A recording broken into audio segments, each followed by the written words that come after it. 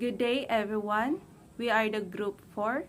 So now we are going to discuss our assigned topic, which is folk and popular culture and geography of language. Our objectives is describe a folk and popular culture and its characteristics. Identify the origin of language and its theories, and appreciate the languages, accent, and dialects of language. Now, let us define first what is culture. So, culture can be defined as all the ways of life including arts, beliefs, and institutions of a population that are passed down from generation to generation. It is the way of life for an entire society. So, culture is a complex of features held by a social group, which may be as small as a family or a tribe, or as large as a racial or ethnic group, a nation, or in the age of globalization, by people all over the world. Culture has been called the way of life for an entire society. As such, it includes codes of manners, dress, language, religion, rituals, norms of behavior, such as law and morality, and systems of belief. The elements of culture are first adopted by members of the social group, found to be useful, and then transmitted or propagated to others. In this way, culture is both defined by the social activities of the group and also defines the behavior of the members of the society. Components of culture. At the most simplistic levels, culture can be either concrete and tangible or abstract. Either way, culture is used to express identity for both individuals and groups. And whether it is concrete or abstract, again, it is a human construct used as a way to create a sense of belonging. Culture is considered so important as it is a reflection of a community or nation. This means that culture is an extremely vital, determining factor in how a particular community responds, reacts, and grows, both individually and together. How people live their lives in society is also largely determined by cultural factors. Culture creates a great sense of belonging for so many people. Culture can be classified into 3 different categories: mentifacts, artifacts, and sociofacts. So, mentifact, it is an abstract concept or things in the head. For example, the shared ideas, values, and beliefs of a culture. This can include religion, language, and ideas. An artifact is an object made by a human being. Artifacts include art, tools, and clothing made by people of any time and place. The term can be also used to refer to the remains of an object, such as a shard of broken pottery or glassware. Artifacts are immensely useful to scholars who want to learn about a culture. And sociofacts, it is interpersonal interactions and social structures. The structures and organizations of a culture that influence social behavior. This includes families, governments, education systems, religious groups, and etc. So, folk versus popular culture. Folk culture is local, small, and tightly bound to the immediate landscape. Popular culture is large, dispersed, and globalizing. These 2 forms of culture are not totally separated, and they are related and both currently exist in the world. Prior to about 2008, most people earthly live in rural communities often practicing a folk culture. The world as a whole is moving toward popular culture. So the term folk has been used since at least the 18th century in reference to traditional music styles such as those of Scotland and Ireland. However, it was not until the 20th century that usage became common outside these regions. The term folk music is sometimes used to refer to non-traditional folk styles. Folk culture. The term folk tends to evoke images of what we perceive to traditional costumes, dances, and music. It seems that anything with the prefix folk refers to something that somehow belongs in the past and that is relegated to festivals and museums. Folk cultures must learn to use the resources that are locally available. Furthermore, folk cultures learn functional ways to meet daily needs as well as satisfy desires for meaning and entertainment and produce distinctive ways to address. So, in the past, folk cultures were often viewed as backward and primitive. However, this is changing because of the rapid changes that are taking place in society today. For example, many people have become more aware of their environment and its resources and how they can be used to meet their needs. As a result, there has been an increase in our awareness about how our ancestors live and what they did for fun on entertainment. This has led to a greater interest in preserving traditional way of life or cultural heritage. The term folk culture was first introduced by anthropologists who studied rural societies around the world. The term folk was first introduced by anthropologists who studied rural societies in Europe and North America. Popular culture. Popular culture, also called mass culture or pop culture, is generally recognized by members of a society as a set of the practices, beliefs, and objects that are dominant or prevalent in a society at a given point in time. Popular culture also encompasses the activities and feelings produced as a result of an interaction with these dominant objects. The primary driving force behind popular culture is mass appeal, and it is produced by what culture analyst Theodore Adorno refers to as the culture industry. So, the culture industry is a system of mass communication that has been created and controlled by the major media conglomerates. The term popular culture was coined in the 1950s by sociologist Theodore Roszak to distinguish between high culture and low culture, which he defined as popular entertainment. So, popular culture, a history of mass entertainment. Popular culture is a form of mass communication that appeals to large numbers of people for their enjoyment. It encompasses all forms of art, music, literature, film, and television programs which are consumed by millions or even billions of people around the world.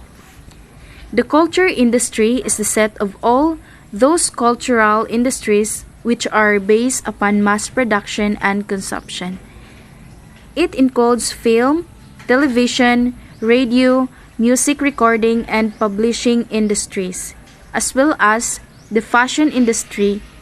The culture industry has been defined by Adorno as the totality of those activities through which people express their relationship to one another in a society. Popular culture is often used interchangeable with mass culture or popular culture. However, while mass media can be considered part of popular culture, example, television, it does not necessarily follow that everything produced for such media is also part of popular culture. This depends on whether. First examples of folk culture is the traditional dance. It is often called folk dances in the West. It can be defined as any local dancing tradition that's strongly connected with local musical forms of local beliefs. Traditional dances are conducted as part of cultural events, mostly the liminal stage of the people's lives, such as coming of age, marriage, birth and death, as well as on special occasions, when welcoming guests to the village and when summoning spirits. Next example is the traditional crafts that makes uses of raw materials like local cotton, abaca, fibres, and fine apples. Many Filipinos are very spiritual people. In fact, our traditions are rooted in the beliefs that were passed on by our ancestors. Through the ages, the tribes considered weaving as a recreational activity where weavers are able to convene and socialize with each other. The third example is the traditional ceremonies. Filipino weddings are an impressive fusion of modern and historic customs. These cultural weddings are a celebration of two families coming together rather than just two individuals. It has become customary for Filipino weddings to be held in a Catholic church, where many rituals and weddings takes place. Each ritual signifies the important values of the marriage and the union of two individuals. This makes it the most interviewing and sentimental part of a Filipino wedding. The fourth example is the traditional clothing. The barut saya or baruat saya is a traditional dress and symbol worn by women in the Philippines. It is a national dress of the Philippines and combines elements from both the pre-colonial native Filipino and the colonial Spanish clothing styles. The last example of the folk culture is the localized Christmas tradition. The influence of the American culture in the Philippines is strong. We have a long shared history with America, and Christmas is the one example of that. And the celebrations of Christmas in the Philippines have also deep influence of Catholicism. And now, let's move on to the examples of the popular culture.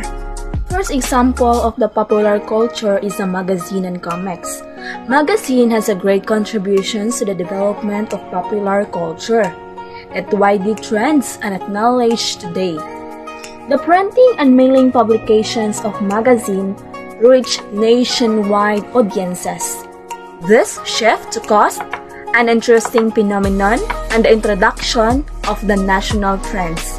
Meanwhile, comics are one of the principal forms of graphic communication in the contemporary world, that being a growing area of academic study through what they reveal about our society.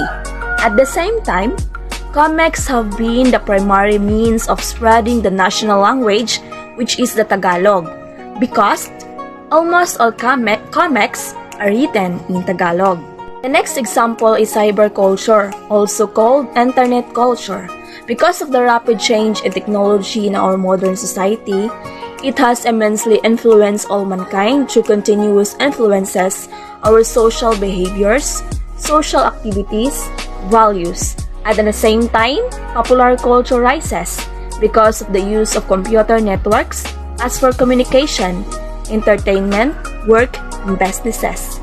The next example of popular culture is the sports. It provides opportunities for social interaction through development of knowledge, skills, and attitudes. All mankind necessary offers full participation in civil society that closely link to our identity and culture. The last example of popular culture is an international events. The events that open to entrance of diverse or various nationalities and allows people to promote activities related to languages. And it also brings together our network from around the world to share knowledge and experiences. And now, let's discover the characteristics of folk culture and popular culture. Let's discover first the characteristic of folk culture. The folk culture is not only long-standing themes of landscape, region, and place within cultural geography, but also speak to more recent concerns with identity, habit, indigenous knowledge, diaspora, heritage, authenticity, and hybridity. It's also a type of culture that is localized and resists the influences of mainstream culture, globalized culture, and mass media, and a very long-standing and resistance to change. It preserves itself in rural areas of the world where the traditional way of life is still cherished. However, popular culture includes a wide range of activities that a large number of people in a society engage. It was heavily influenced by mass media. The collection of ideas permeates the everyday lives of the society and also a product of more developed countries. Now, let's move on to the origins of the two cultures. Folk culture usually originates in a rural herd and tends to remain consistent over a number of generations. It also varies from community to community. Meanwhile, popular culture usually originates in an urban herd, and popular culture also experiences the dramatic changes over time. It was also uniform practices over a wide geographic area. Now, let's move on to the folk and popular culture diffusion. Folk culture moved across space by relocation diffusion, and folk culture is transmitted or diffused in person, and knowledge is transmitted either by speaking to others or through participating in an activity until it has been mastered.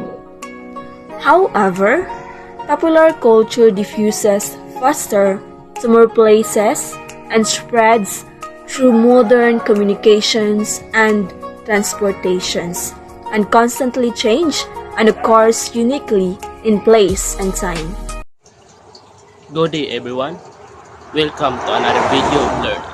By the way, I am Jimsan Bitiloy, a second year BSA Social Studies student at Negros Oriental State University, Shaton Campus. In this video, I am going to discuss the topic which is under the geography of culture, language, and religion. So my assigned topic is all about geography of language. So first, let us define what is language. So a language, it is mutually agreed upon a system of symbolic communication using sound, gestures, marks, and signs.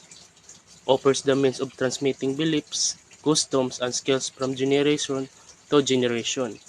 And different cultures have distinctive languages or dialects. So um, language is used for every individual as a way of communication. We communicate using languages to better understand each other. So sounds, gestures, marks, and sound are also example of language because through mga symbols language, we can interpret meaning and we can understand the way it is being presented. So for example, kaning atong like kanang virtual meeting is a way of communication which consisting of language, so we can pwede ta makagamit og kanang Cebuano or the medium language of learning which is the English language. So in communicating kaning language is very fundamental atong tanan. Kay imagine if uh, we are living without any language, so it's just such a useless. So on the other hand, ang language pod is way of kanang transmit og mga beliefs, customs, skills sa from our kanang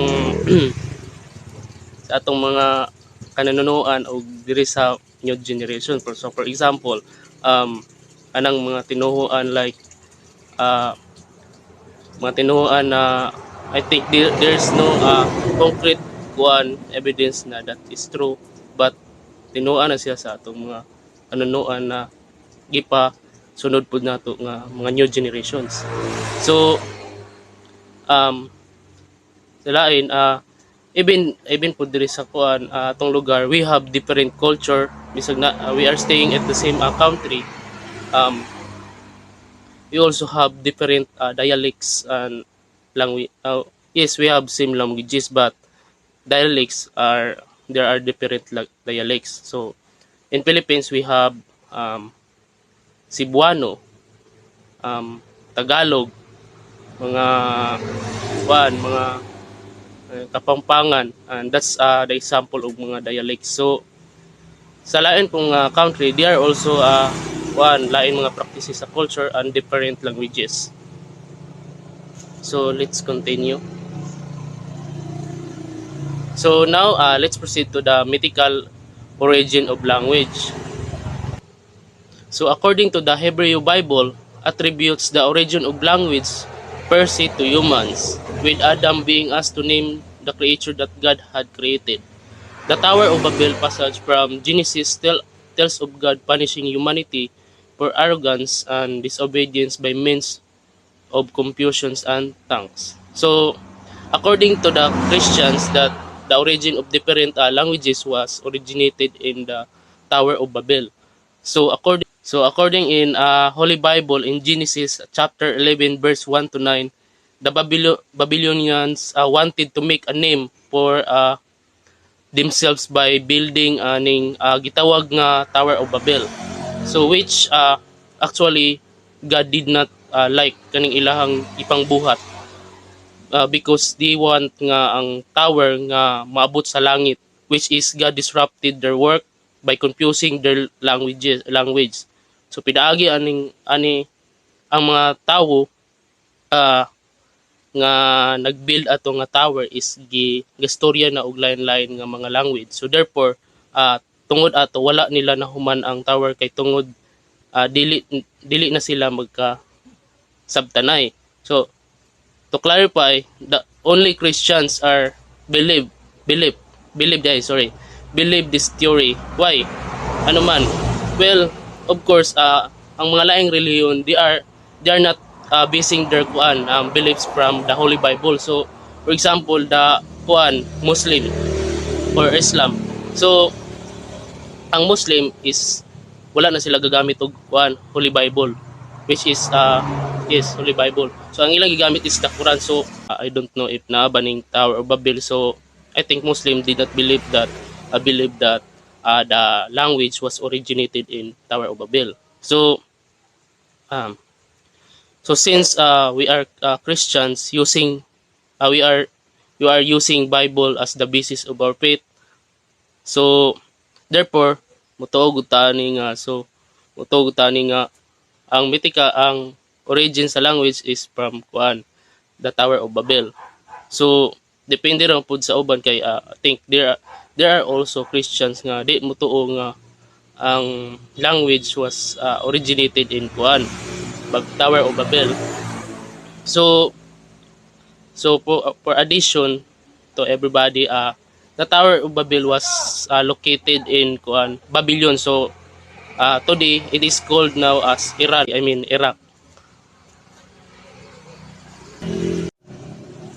So let's continue to the overview of different theories on language origin.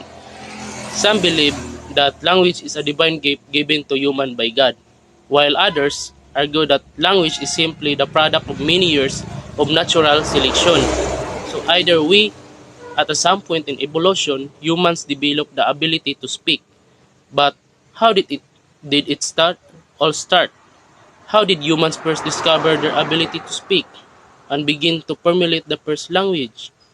Conceived by linguists, a number of inventions hypotheses explain the possible ways in which language first originated in humans. The following are explanation of a few examples of hypotheses. So, since some believe that language is a divine gift by God, so there are also others that language is there are also others say that language is enabled siya through the natural selection.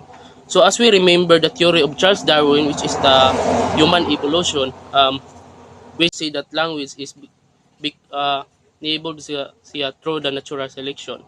So as we remember the theory of Charles Darwin, which is the human evolution, which said that humans evolve over time because of the natural selection. So which population of human is evolved uh, or changed over time. So also learning language pod is the thing believe that especially mga linguists or kaning mga nag-study sa language or mga dialects nga ni-evolve siya over time from a single word or sounds to kaning atong mga ipang lain-lain nga pang inistoryahan karon. So now let's continue to the first theories of language. So we have ding dong. So the ding dong hypothesis bases the origin of language on onomatopoeia. This idea states that language began when humans started naming objects after a relevant sound that was already involved in their everyday life. So, example ani, boom, crash, and oink. So, in this theory, they believe that language start from single sounds and meaning nga na-observe before sa mga pang-adlaw-adlaw nilang nadungog. So, kung adaw-alam lang na kung asa sila mo adto. So, for example, aning sounds nga boom, crash, and oik. So, these are mga sounds nga uh, they hear during the time. So, that's why usa sa gituan nga diri gasugod ang ato ang inistoryahan. So, the second one, popo. The basis for the popo hypothesis holds true to the involuntary nature of human speech. Through emotional response, language and speech would have developed in tandem with human interaction and primitive emotional reactions, such sounds as wawa or haha, commonly used to denote crying or pain, and happiness or laughter, respectively, would then develop into a more unique and case-specific series of sounds in association with other emotions and interactions. So, this is according to Badja. So, sorry. In this theory, the earliest human cries of emotion evolved into the first word exclamation of happiness. So, like anger, pain, or surprise, like aning wow, wow, wow, wow, wow, wow, wow, or ha ha ha. Napailan like ouch and wow. So possibly our ancestor uh, first word first ever said that was the first ever said nga ilahang na one na say tawag gani di concrete sa ilang mga baba. So however the only assumption and a somewhat constrained theory, meaning it can be either tinuod ni siya or dili. So para sa origin of language like atong sa bawaw nga theory, so aning ang expression of emotions like what I mentioned earlier are typically created by quick air intakes and occur unintentionally. So people's expressive noise make an emotional reaction can hardly be considered as words and are therefore unlikely to constitute the origin of language. So I think that's all my report for today, and the continuation of this report will be discussed by Mr. Dennis Ipon and Miss Ana Joy Bane. So let's proceed to Baobao. So the Baobao hypothesis is the most popular but perhaps the most far-fetched hypothesis of them all. Basically, it is the idea that human language and vocabulary originated as a form of imitation. It is said that language came from the imitation of animal sounds. So, for the example, if an animal passed by a human and made a certain sound, the human would try to imitate the sound that which the animal did. So kini nga theory nakapokus sa mga sounds nga atong nadunggan sa mga animals sa atong palibot, like sa birds, makadangog ta og tweet, sa baboy, oink, sa iring, meow. Dahan kaayo ta nga nabal-an nga mga sounds nga nagagikan sa mga animals ug mao kini itawag og bow-bow. So let's proceed to tata. Tata is commonly seen in primates. Hand gestures and body movement are important aspects of interaction and cooperation within societies. Originally hypothesized by Charles Darwin, though not necessarily supported by him, the Tata hypothesis states that language and the development of sound was generated to support the hand gestures and movement of the individual. So, kani nga theory, common ni siya sa mga onggoy or apes. Dili sila kasulti apan mugamit sila mga hand gestures to express their feelings or emotions. Og na-adapt po ni nato sa atong present days. For example, here in Shaton, especially sa San Nicolas de Bari Catholic Church, samtang gamisa ang pari, na sila itigsinyas diskilid para makasabot ang mga amang nga nanimba. Og dili lang sa simbahan, but in TV news, napoy tig hand gesture sa kilid, mo na sila best example ani nga theory. So let's proceed to spatial nature of language. Languages are regional different languages, words, or dialects that serve their own needs. Nagpasabot nga sa kada region or lugar, nagkalain-lain ang pinulungan, like diri sa atoa nagamit tag Bisaya, dayon sa Bacolod, Hilonggo. If a monolingual speaker cannot understand, considered to be distinct language. Kani ay monolingual, ismao ni sila ang mga tawo nga usaray nabal-an nga pinulungan, like Bisaya. Bisaya sila, Bisaya ragod ang ilang nabal-an. Pero kung miingon ta nga bilingual na nga tawo, nagpasabot nga kabalo siya mo Bisaya, kabalo pud siya mo Tinagalog. And when we see multilingual siya nga tawo, kabalo siya mo Bisaya, kabalo siya mo Tagalog, kabalo pud siya mo English. So let's proceed to dialects are variation of distinct language that can still be understood. Means, dialects is atong mga pinulungan sa tagsa-tagsa nato ka lugar nga kita ray nagkasinabot. Dialects of English. Some English dialects, over 100 dialects of English. So, daghan kaayong country ang nagamit og English dialects. And according to research, it is estimated that over 160 different English dialects exist around the world. Some countries that are English speaker are United States of America with at least 231 million native English speakers, the United Kingdom 60 million, Canada 19 million, Australia at least 17 million, and New Zealand 4.8 million, and many more. Dialect versus accent. So accent way a group or person sounds. So ang accent mao kini ang tono sa atong mga pinulungan. For example, sa Hilonggo smooth kayo ilang mga ilang pagstorya bisan nasuko na sila apan hinay ra ang tingog. Pero diri sa atoa lain pod ang atong accent kun masuko ta singgit god og bundak ang atong istorya. So pronunciation and musicality of speech. So mo ni og unsaon nato pag-pronounce ang atong mga pinulungan kay naay panghitabo nga wala nimo tarunga og pronounce ang imong gisulti maoy hinungdan nga nasuko og nalain ang naminaw nimo maong importante gud nga tarungon nato pronounce. Dialects continent. Idiom from Greek idios meaning owns on figurative meaning different from its literal meaning. So example, kat-arag meaning to dance well.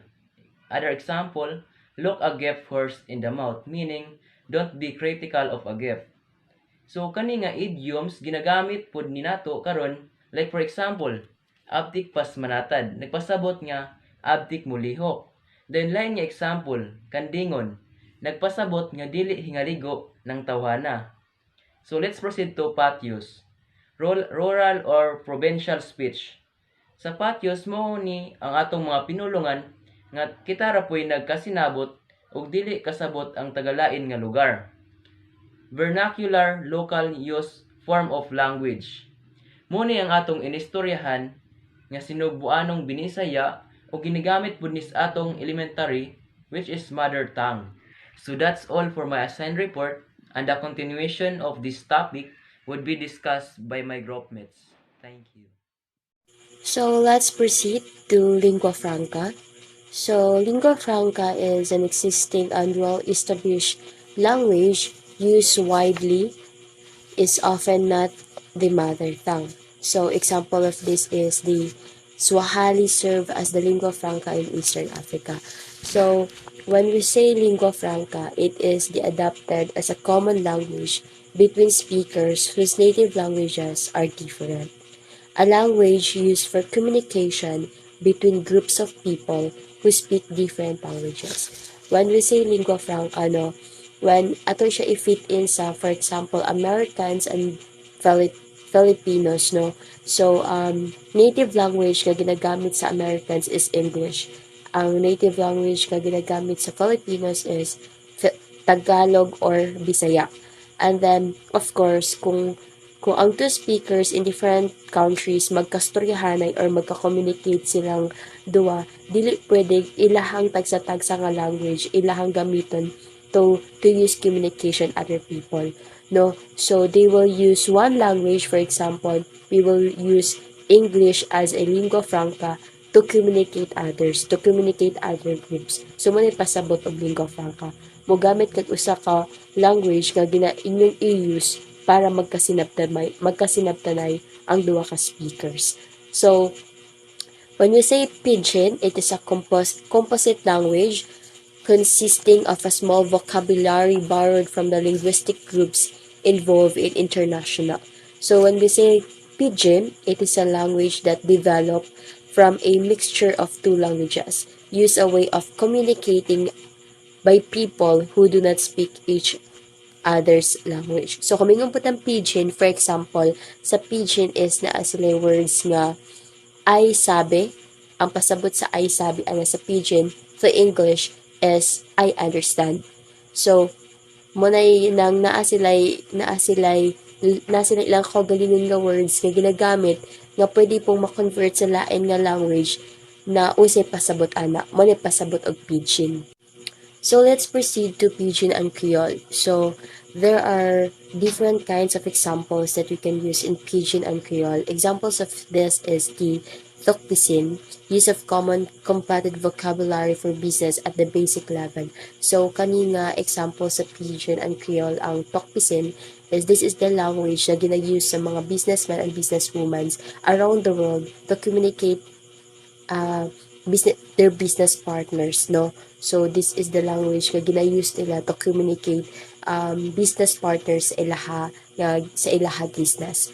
So, napay daghan nga example of got by, thank you, how much, and when we say Creole manggod, it is the language derived from Pidgin that has acquired full vocabulary and becomes the native language of the speakers, no?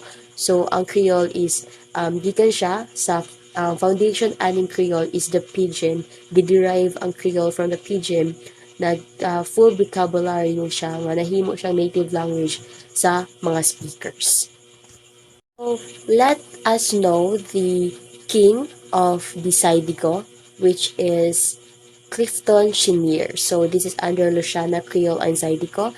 So, Clifton Chenier was born in June 25, 1925, and then he died on December 12, 1987. So, was a Cajun musician known as a pioneer of Zydeco.